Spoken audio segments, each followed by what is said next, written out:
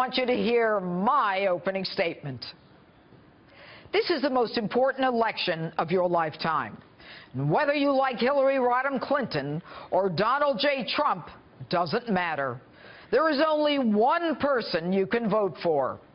We cannot have a country led by a president subject to ongoing criminal investigations, potential indictment, and never-ending hearings.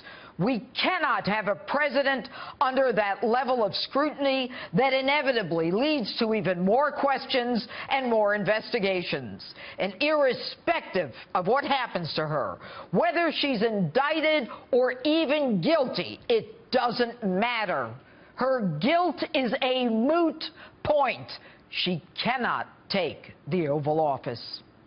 Now, in any other business, when the head of a corporation is plagued by scandal, that person steps down and is replaced because the board knows a business cannot succeed without respect and authority.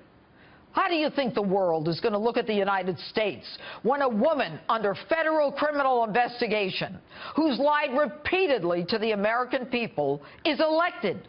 Do you think they'll take her at her word? How many countries already own her through the Clinton Family Charitable Foundation, which was used to raise a minimum of $100 million just for her husband, Bill? How many countries like Morocco own her because they gave $12 million for 5 minutes with Bill? Just think. We can have our own world joke, like Bunga Bunga Prime Minister Berlusconi under constant investigation while in office and then sentenced to prison. Why, when just this week we are faced with threats of a cyber attack on Election Day, not to mention the constant threat of another terror attack on U.S. soil, when Obamacare premiums in some states are higher than mortgages, would we put someone in the job who is distracted and not focused, not to mention a little woozy? We need a commander-in-chief focused on daily briefings, not one who, along with her staff, is worried about her and her spouse's investigation and what leverage can be used to shut that investigation down, worried about what vulnerabilities they have or whether they are being blackmailed or extorted. The only winners there are the blackmailers and the president. We are the pawns in a case like that. You and I are the ones who would pay the price. Now, I don't know how old you are, but I personally can't take another chapter of Clinton scandals. The Rose Law Firm, Cattle Futures, Travelgate, Monica-gate, the McDougals, a husband and a wife, both of whom would rather go to jail than testify against the Clintons, and people dying of all kinds of things along the way. Impeachment. And folks, I haven't even gotten to the 21st century. The woman has a propensity to lie about anything and to forget virtually everything.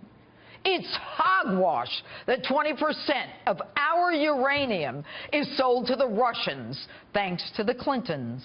Our Department of Justice has already been corrupted by Bill Clinton, and now brazenly, the target of that criminal investigation, Hillary, announces that she'll keep Loretta Lynch as her AG should she become president. And if you are tired of this cesspool of corruptibles and visits from the ghosts of the Clintons' past, then you simply don't have a choice. She is a woman guilty of bad judgment over and over. What makes you think her judgment is going to get better, or that she's going to work for you, or even think about you with the sword of justice at her throat?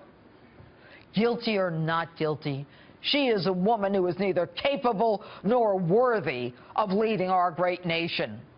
And if you think it's time we hire a person for the Oval Office who is proud of America, who believes in law and order, who believes that our vets take priority over illegal immigrants, that open borders present a danger to us, that it's time to make fair trade deals, who sees us as a sovereign nation, who is proud of us and our American history, who will work on making us rich instead of herself or her family, then it's time to vote for the person who believes in the Constitution, the only one who will bring change, who is willing to roll up his sleeves, who will put in the time, has both the energy and the clarity, the one who doesn't give a darn about political correctness, the one who knows how to create jobs, and yes, the one who wants to make America great again. You've got 72 hours. It's up to you.